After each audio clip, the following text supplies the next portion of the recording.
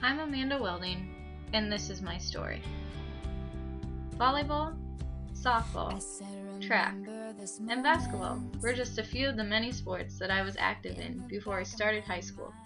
I love staying active and being involved with sports. But one day, being active suddenly took a turn for the worse. I was no longer the athlete on the court, but still a team member on the bench. It all happened after a long weekend of volleyball tournaments and pitching practices for softball. My arm felt very heavy and it looked swollen. It turned purple with spots all over my arm that looked like bruises. My dad knew that did not look right and rushed me to the hospital. I ended up having a blood clot in my right shoulder called a deep vein thrombosis, which invaded three main veins to my heart. I had to be put on blood thinner shots, which I injected into my stomach twice a day by myself. This put me out of any physical activity since my blood was so thin.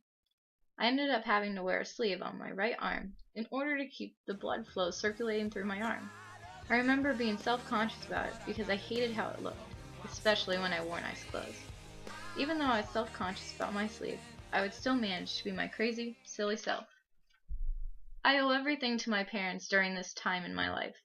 They always showed their love and support and were always by my side through everything.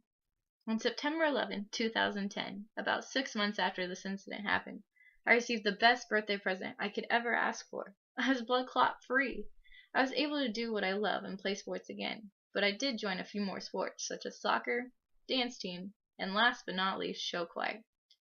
I am proud to say I overcame a hardship in my life, even though I had a lot of breakdowns. I stayed strong and never backed down. Finally being able to do what I love and play sports again was one of the best gifts I could ever receive.